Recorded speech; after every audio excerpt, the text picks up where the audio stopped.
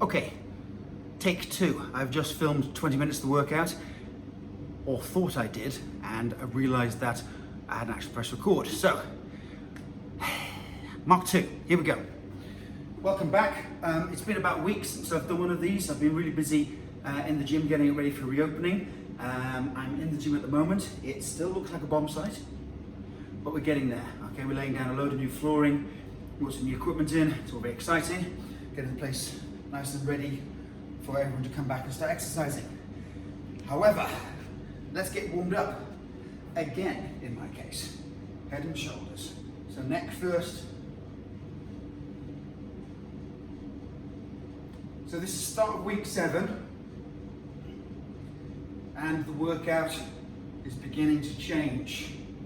We're swapping the order of things, and we're going to be increasing the difficulty of some things. But, just to balance it out, we're going to be reducing the difficulty of other things. What I want you to try to do, if at all possible, and a lot of it is going to be based on what equipment you have to hand, is I want you to start trying to use a heavier kettlebell, if you can. Now, a lot of that's going to depend on what you've got to hand, but I'd rather you took much longer rests and did fewer repetitions with a heavier kettlebell. Good, shoulder rolls. The mistake people make with the kettlebell, for some bizarre reason, is they see it as a tool to do 1,000,000 reps with. Thing is, it's weight training. And in weight training, the most important variable, the most important thing for you to try to change is the weight. Either the weight on the bar or the weight in your hand. That's the most important part. So start of week 7, opportunity to increase rest, to decrease repetitions, and very importantly, increase the weight. Okay, circles.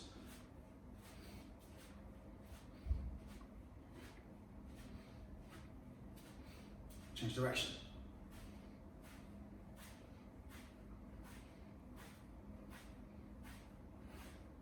Good, wraparounds.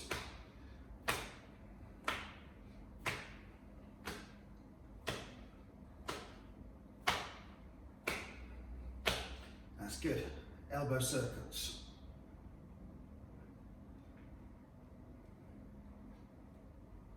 Change direction.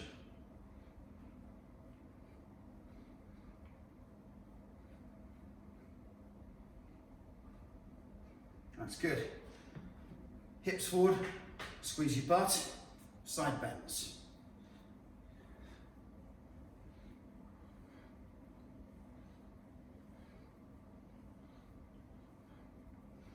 So if you were to break down what this workout is and its structure, at the moment what we're doing, hip circles, is joint mobility. We're taking the joints through a range of motion, and in time hoping to increase that range of motion. Okay, change direction. What we're going to do now, after we've done this, is we're going to bring in then some cardio, okay, to actually raise our heart rate up for the start of the workout. I'm going to take the skipping that we normally do at the end of the workout, hip hinges, squeeze your butt at the top. Push your hips back as far as you can. So really stick your bum out, and then bring them forward, squeeze your butt. Hips backwards and forwards. So we're going to take that skipping that we do at the end as part of our cardio, and we're going to cut and paste it into the front part of our workout. Now remember, if you haven't got a skipping rope, that's okay.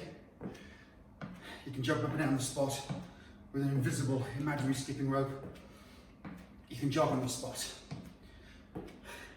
I'd recommend you get a skipping rope and just learn how to do it. It's just a fantastic exercise. Coordination, foot and ankle and calf strength. And every exercise that we do, marching on the spot, more or less, comes from the floor. Okay, all that strength, all that power in a kettlebell swing or a squat or a shoulder press. It's our feet that are the only point of contact with the ground. And so if that base is not strong and stable, you haven't got a chance.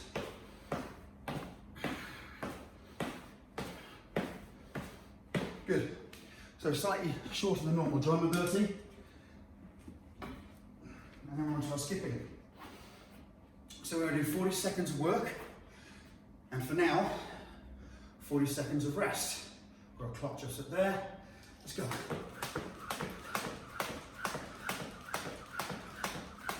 So this is up 5 seconds from last week, which is 35, up to 40 seconds of work.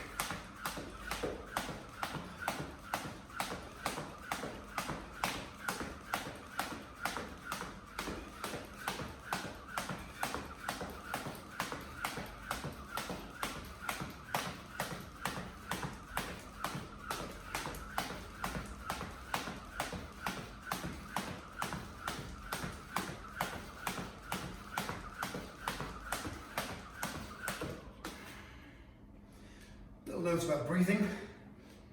When we're doing aerobic work or less intense work, you're going to try to breathe in and out through your nose. Keep your mouth shut.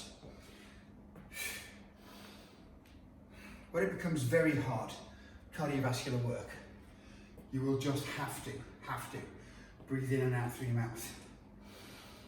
But if you can breathe in and out through your nose for as long as possible, there's a whole host of benefits to that. Okay, that's 40 seconds, rest. Let's go again.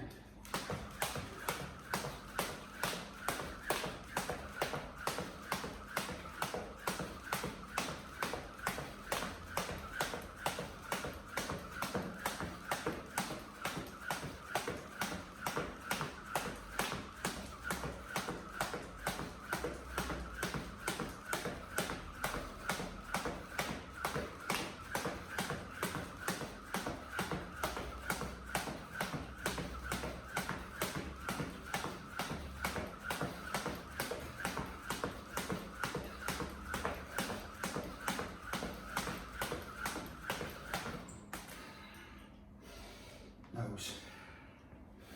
Obviously, as I talk, it's going to be in and out through my mouth. With that breath from the nose, you'll have to just take a naturally deeper breath. With your mouth open, you end up panting. And that alone kind of starts to engage your fight or flight response. And it jacks your heart rate up as adrenaline's released. What breathing through your nose does, and it sounds like hippy dippy bullshit, but this is actually physiologically true. A deep breath in through the nose and into the diaphragm, engages the parasympathetic nervous system, which is complicated for this time of the day. Here we go, get ready. And that slows your heart rate down. This is round 3. That's all we're doing today. 40 seconds on, 40 seconds off.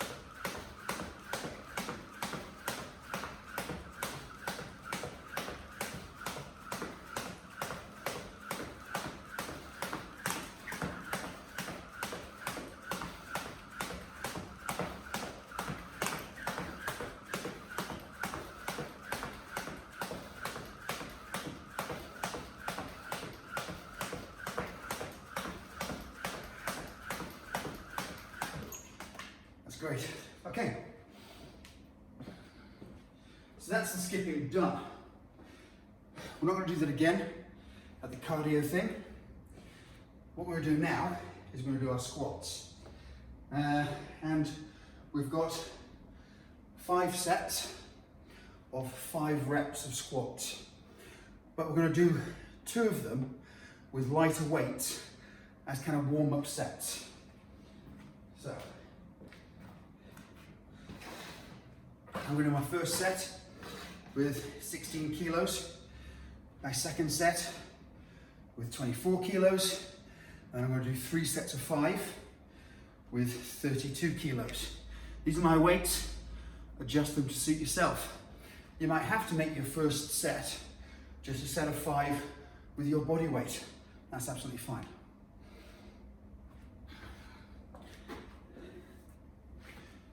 So I've got my kettlebell on the floor in front of me.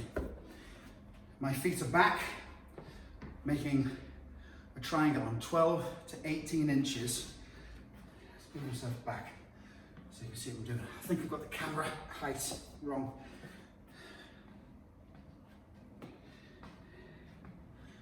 Okay.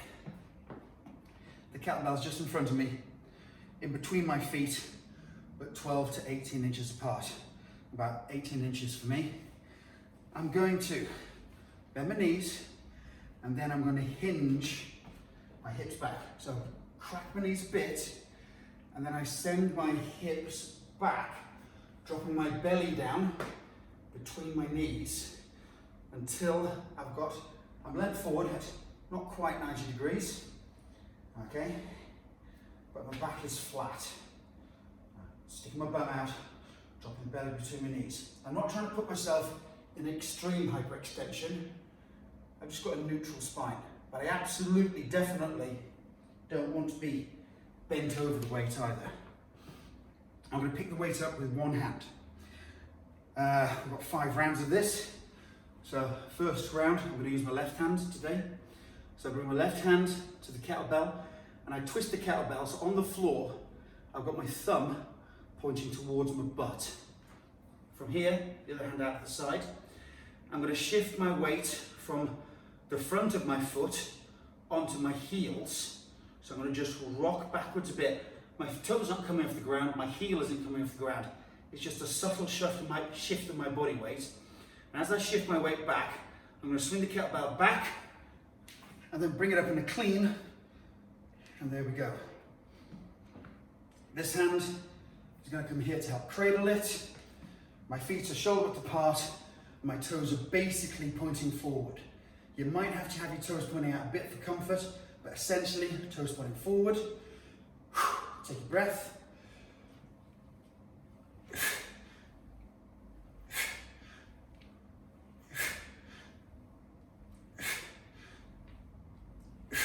That's 5. Excellent. Put that down.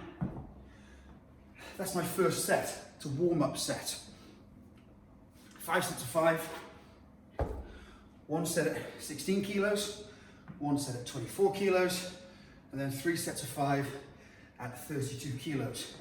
Today, you adjust the weights to suit yourself. I'm just going to get my 32 kilo kettlebell ready.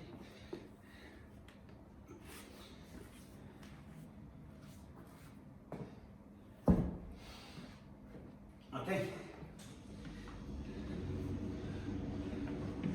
Right hand to the kettlebell this time.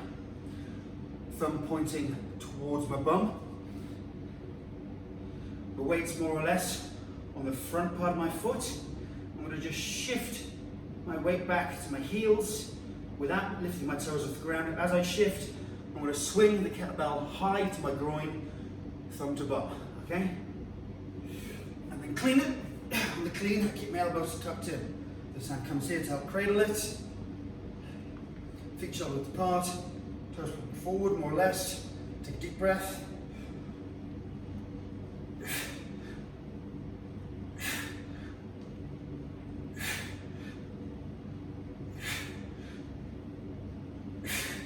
That's good. Put that down out of the way. I'll bring my 32 in ready. So this is where I've got my working sets. Done 2 warm-up sets, 5 reps. This is now 3 sets of 5 with my heavy weight. Heavy for today. Because we're going heavier, you must increase the amount of rest you're getting. So, for the sake of you not having to sit through minutes and minutes of me either panting quietly in a corner or endlessly droning on about nothing in particular, I'm going to cut my rest down a little bit. Do not do this. Just pause the video. How much rest on your working sets? 2 minutes, at least 2 minutes rest. Tell you what, I'm going to take 2 minutes rest on this first set so you can appreciate how long it is. It's a long time, 2 minutes.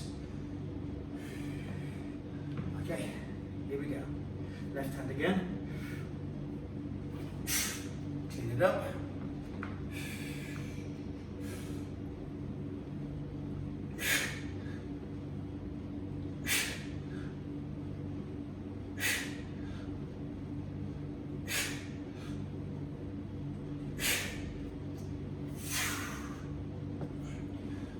One down. So I'm going to rest for 2 minutes now and just chat. Also have a drink. Keep hydrated.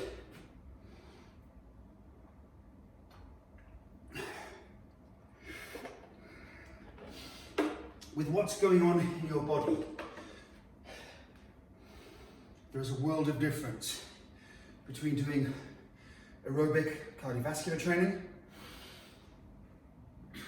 and strength training.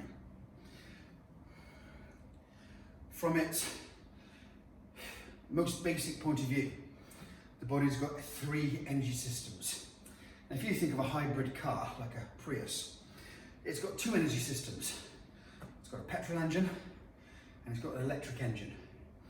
And to keep the car as most efficient, that Prius will switch between a petrol and an electric. Your body is way more sophisticated than that. It's got 3 energy systems and it will use all 3 at the same time. In fact, one of them, the aerobic system, it uses as a default anyway. You're constantly in your aerobic system. Breathing in and out, even if you sat on the sofa, you're using your aerobic energy system.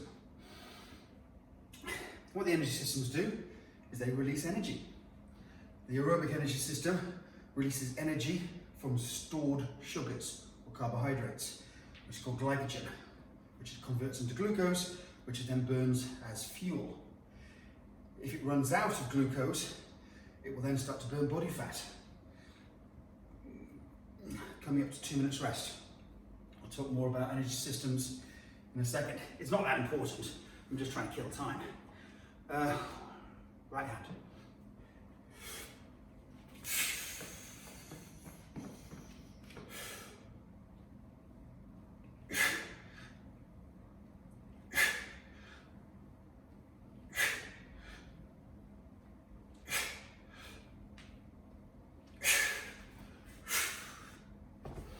That's 2, and 2 minutes rest now. So the aerobic energy system uses glucose, or glycogen, but glucose and or fat. When it's run out of glucose, you'll start to use fat as energy. The aerobic system is the only energy system that burns fat as fuel during it being used. Okay? You then got something called the glycolytic system, or the lactate system, that uses lactate as a fuel. This is the first of the anaerobic energy systems. Aerobic energy system can produce energy for hours. Think about somebody doing a marathon or an Ironman triathlon. In the first 20 minutes, 30 minutes, they would have burnt through their glucose stores. It's a minute rest. And then after that, they're then burning fat. And it can keep them going. I think a good Ironman time is about 10 hours. So that fat keeps them going for an incredible long period of time. Fat is a very efficient source of energy. It's just packed full of calories. So hours from the aerobic system with your lactate or glycolytic system, same thing. You've got a minute, maybe. So not long. The lactate system is a bit different. It depends how quickly you burn it up. So typically between 20 seconds and 90 seconds is what you've got lactate for, depending how ferocious it is you're working. Here we go. Set number 3, left hand.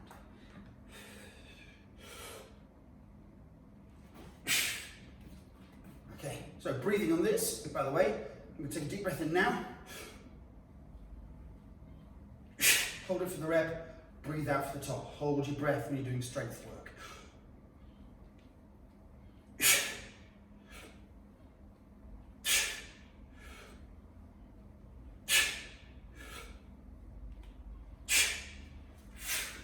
Good, that's the squats done. Nice. What we've got now is we've got clean and press.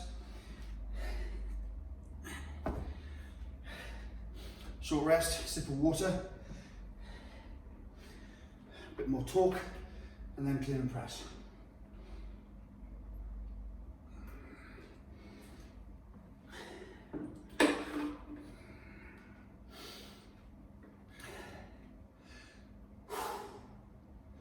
Okay, so with the lactate system, that fuels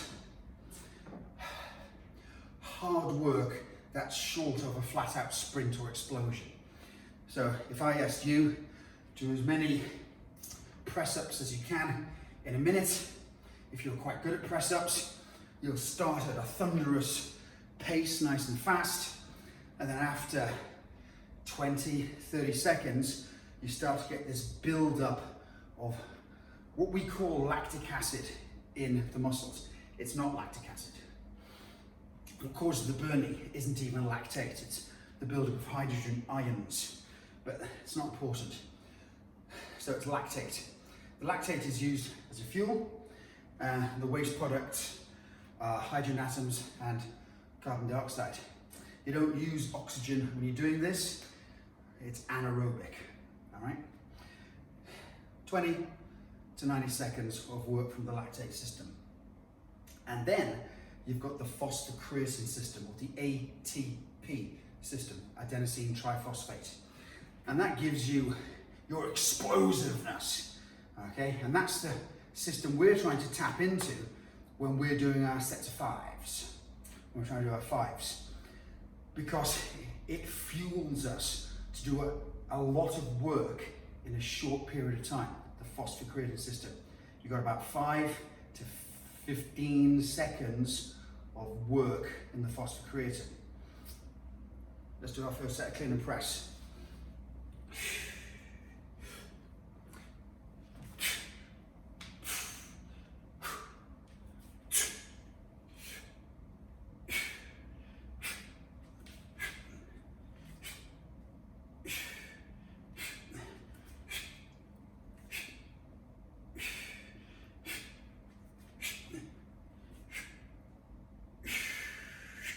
Now I'm going to put it down and take a short rest before I do my other side. So it's 3 sets each side, but we're going to try to go heavier.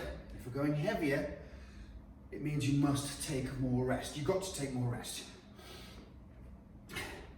So if you were to look at it in order of energy systems, if you were doing something that is absolutely flat out, all the strength, power, speed and ferocity you can muster, you're going to be using the phosphocreatine system.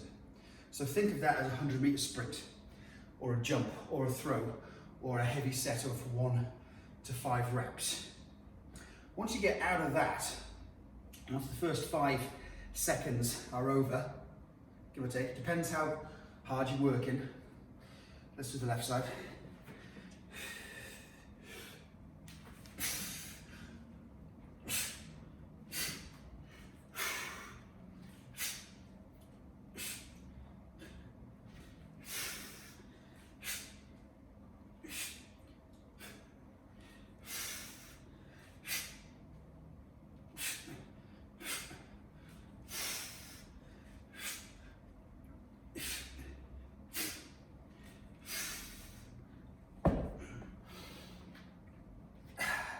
One set.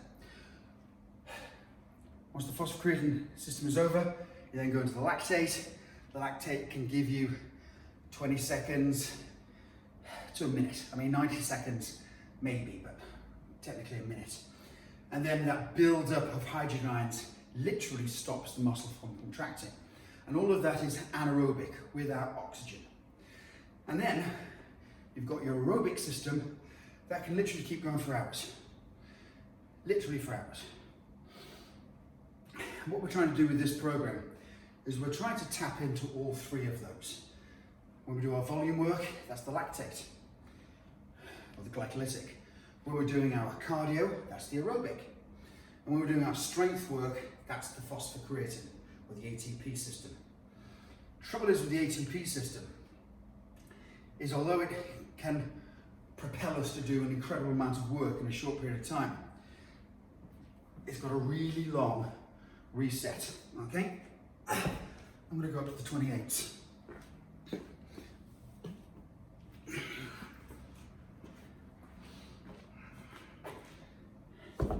And just for a change, I'm going to use my left side first.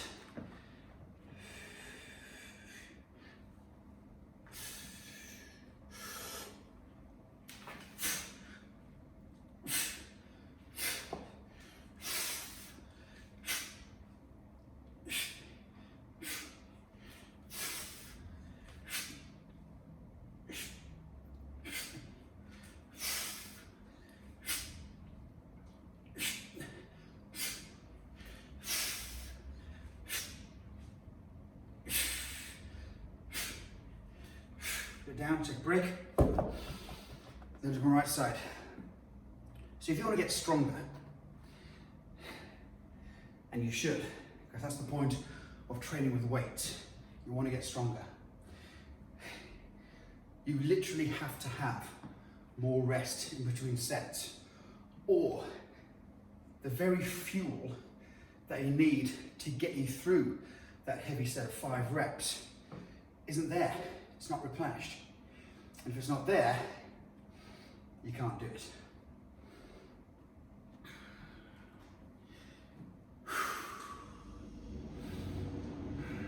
Right side.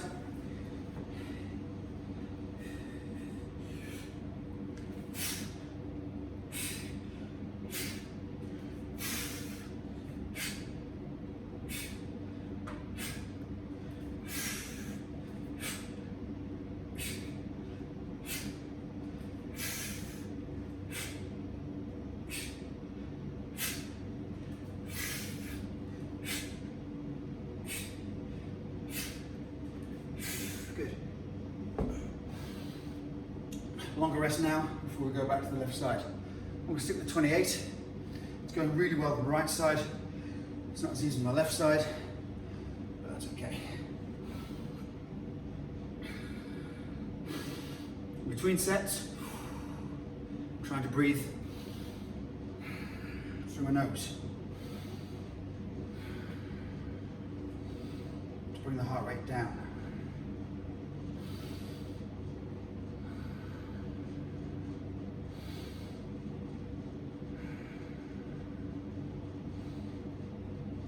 One more set, left on each. It's the clean and press.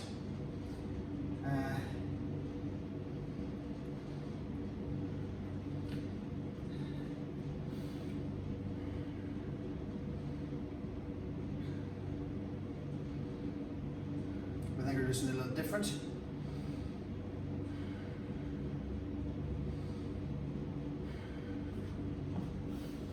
Okay, you ready? I'm ready.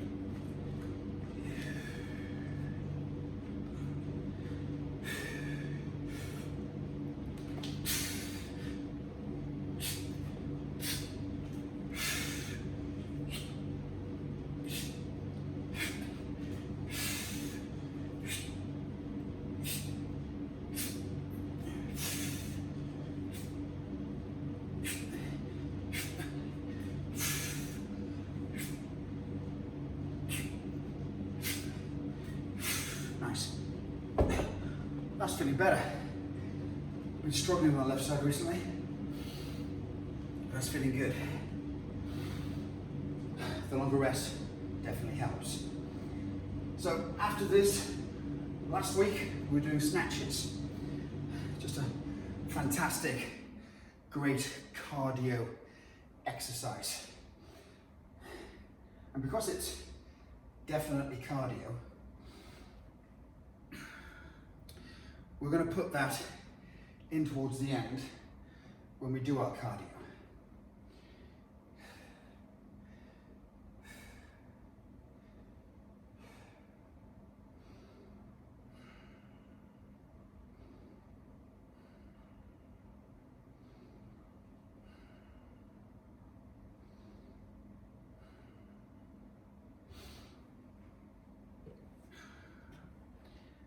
So after this, we're going to do our first, well, actually we've got our core first. It's core work to do first. You might be ecstatic to learn that we're not doing any planks today. No planks, which is great news for me. Although, I've actually come to love them. They are incredibly effective, but no planks today. Of course, we're going to substitute it with something completely evil, but well, that's all right. Anyway, here we go. Left side.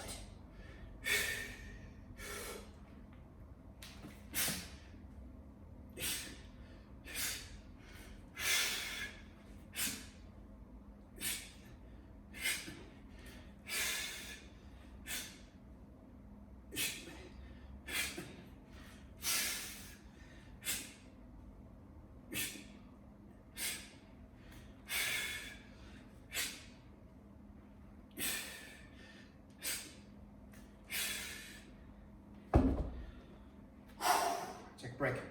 Right side and we're done.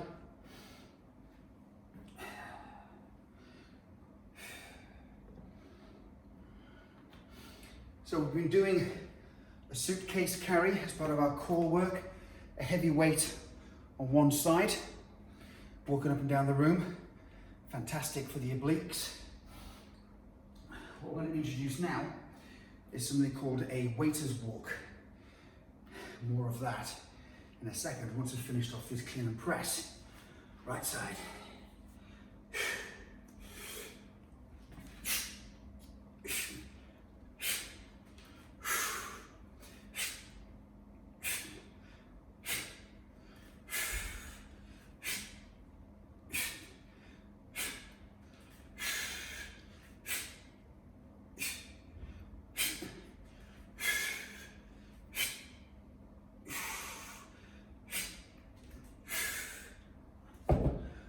There's lovely. Okay, so with the suitcase walk, I'm holding the kettlebell by my side, trying to keep my torso upright as I walk up and down the room. Okay, with a waiter's walk, I'm going to hold it. I'm going to kneel down so you can see what I'm doing. I'm going to hold it above my head. Think of it as a fancy French waiter with a silver tray and a bottle of champagne as he weaves between the round tables with the red and white checkered tablecloths. Okay, on a busy French bistro, everyone sat outside drinking pastis and smoking jetin. Okay, waiter's walk. And the principle of when we're doing it is the same as at the top of our shoulder press. So there's no gap between your bicep and your ear, and I'm shrugging the weight up. It's not pulled down, I'm shrugging the weight up. So you're going to be walking with a weight over your head. So go light and nail that top position. I'm going to do waiter's walk, sorry, suitcase walk up the room. This is a longer room, this one, so I don't know how far it is off the top of my head. Down one way, I'm going to swap hands, and then I'm going to come back, and I'm going to swap hands and turn from a suitcase into a waiter's walk, go there, change hands, come back. That's all I'm doing. They're back. 4 lengths of the room, suitcase, suitcase, waiter, waiter. Right, left, right, left. Okay. Because I'm not 100% sure how this is going to go today, I've not done suitcase walk for a while. I'm going to do this with a 24. I'm going to start right next to you guys. Hello. Okay, I'm also going to count my strides, just to sort of work out roughly how far it is down to the bottom of the room. Also, I've got some gym equipment in the way, so I'm going to have to sort of chicane in and out like an idiot. Anyway, here we go.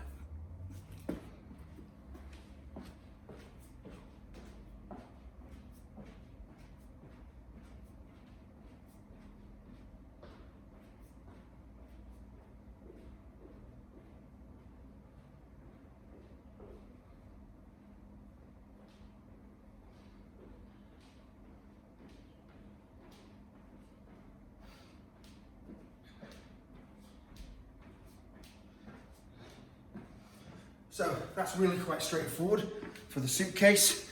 Let's see how the waiter's walk goes.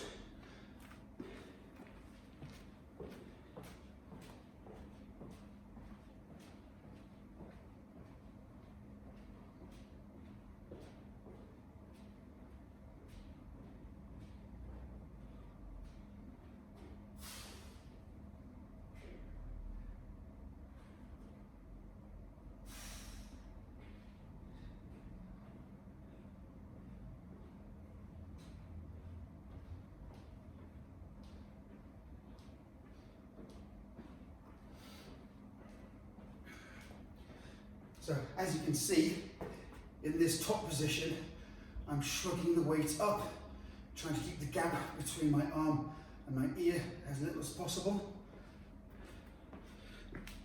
And that's today's core work. That was actually too easy, but that's fine.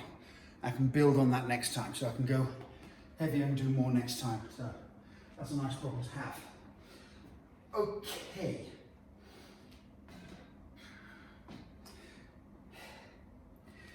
Let's work into our big finisher, our conditioning at the end. What we've got now is, we started this a couple of weeks ago. We're doing kettlebell swings, and we're doing something called an EMOM, every minute on the minute. And we did that at the start of the workout, and we did the skipping at the end of the workout. We've reversed that. Why? Well, the skipping is, once you've got your cardiovascular fitness increased, which doesn't take too long, the skipping is relatively easy. And it's also not scalable. You can't really make skipping harder unless you buy a heavier rope or you just skip for longer. It's a bit like running, you've just got to go longer. Where the kettlebell swings are scalable, you can just keep adding weight. So today, we're going to do an EMOM, and we're going to do, check my books, yeah, we're going to do 6 sets of 10 reps, 6 sets of 10. I'm going to build this up to doing 10 sets of 10. So at the end of the workout, for now, there's going to be 10 sets of 10 kettlebell swings. Today's 6 sets, but in time 10 sets. That's going to be 10 minutes of work. And then what we're going to do, once we've nailed 10 sets of 10 and done that for a while to build that kind of base, is we want to then build that up until eventually we end up by doing 10 sets of 20 reps. If you can do 10 sets of 20 reps with a decent weight kettlebell at the end of the workout, believe you me, it is all the conditioning you need to do. It really, really is. In time, we'll bring in some other stuff into it as well, but that's all we're going to do today. So, I'm going to use a 40 kilo kettlebell, which in probably 2 months' time, when I built it up to doing 10 sets of 20 reps, this is going to keep me going for a while. It's definitely heavy enough. But today we've got 6 minutes of 10 reps. 10 reps every minute on the minute. Here we go, set number 1.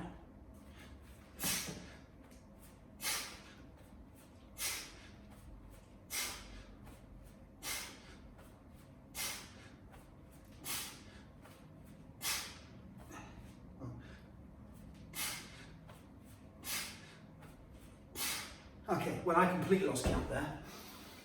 I had 6 in my head, and then I counted 8, and then I realised that wasn't enough, but I'm supposed to do 10 reps on that one. I've got about 30 seconds rest before set 2 comes in. In some ways, today's workout should feel a bit easier. We've taken out some exercises, we've swapped the order, but the point of this, the point of backing off a little bit on some stuff is so you can go heavier. You've got to go heavier if you can. Here we go, set 2.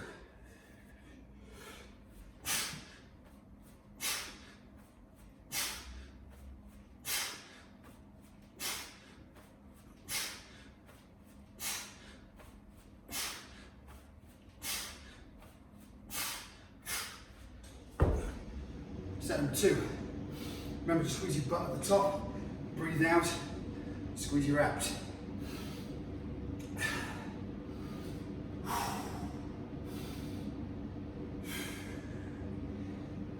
As you can see, by my standards, I'm not drenched in sweat like I have been on our other workouts. Does that mean the workout's easier? No, it means I'm having more rest, which enables me to go heavier, which will make me stronger.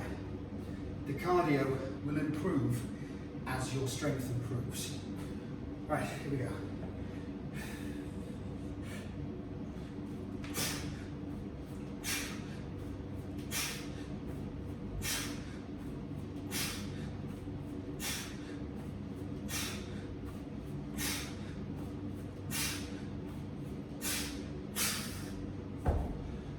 Three down, 3 to go.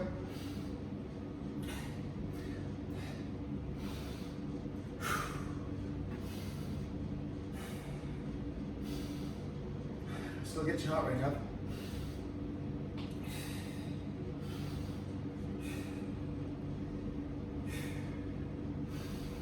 Yeah, 40 kilos works.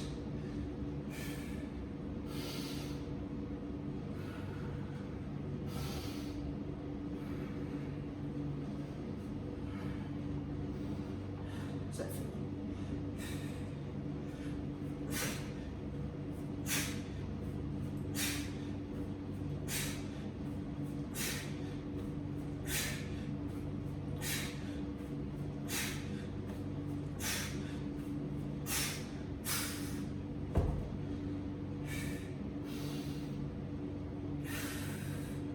Two more sets.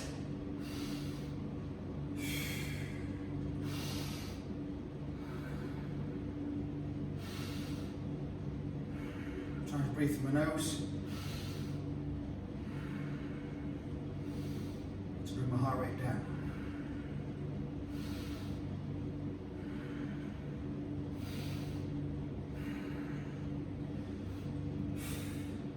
So this is a simplified workout compared to last week.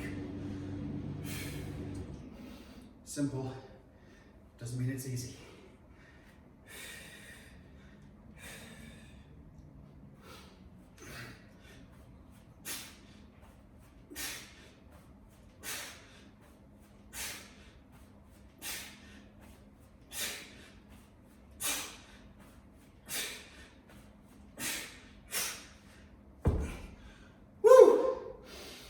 One more set to do. I tell you, honestly, with a heavy kettlebell,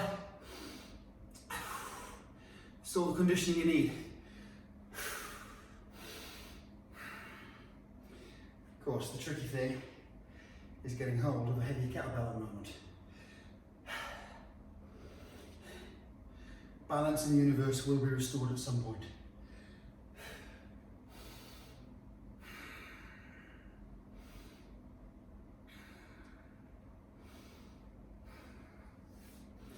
Last set. I'm really feeling this in my hamstrings today.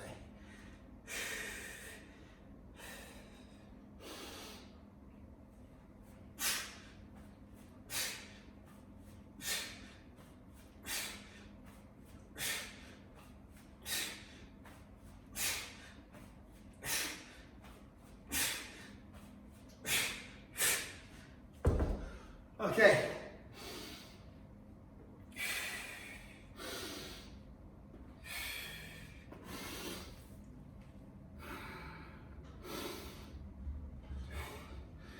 And there we go. Week 7, day 1, a new arc to this program. The focus is on trying to get stronger, which means I want you to go heavier with the kettlebells if you can. I know it's not going to be possible. I know they're difficult to get hold of at the moment. I understand. So it's okay to repeat other weeks' workouts. They're still absolutely solid, full body workouts that give you everything you need. It's just that the emphasis on the first 6 weeks of training has been to build an aerobic base. Okay, sometimes it's called GPP, General Physical Preparedness. It's giving you an amount of conditioning and cardiovascular fitness so you can recover better from the heavy sets that we're going to be starting to do now. If you can't get hold of heavier kettlebells, I understand, it's not a problem. Go back, repeat the other weeks. You're not going to be losing anything. You're still going to get fitter. You're still going to get stronger. You're still going to improve. 100% will still improve because they're still great workouts. Just that now we're starting to take you through a strength arc. You can't get stronger unless you lift heavy shit. Okay, thank you very much. I had a good workout. I really enjoyed that. It's good to get back into it. See you soon. Love you all.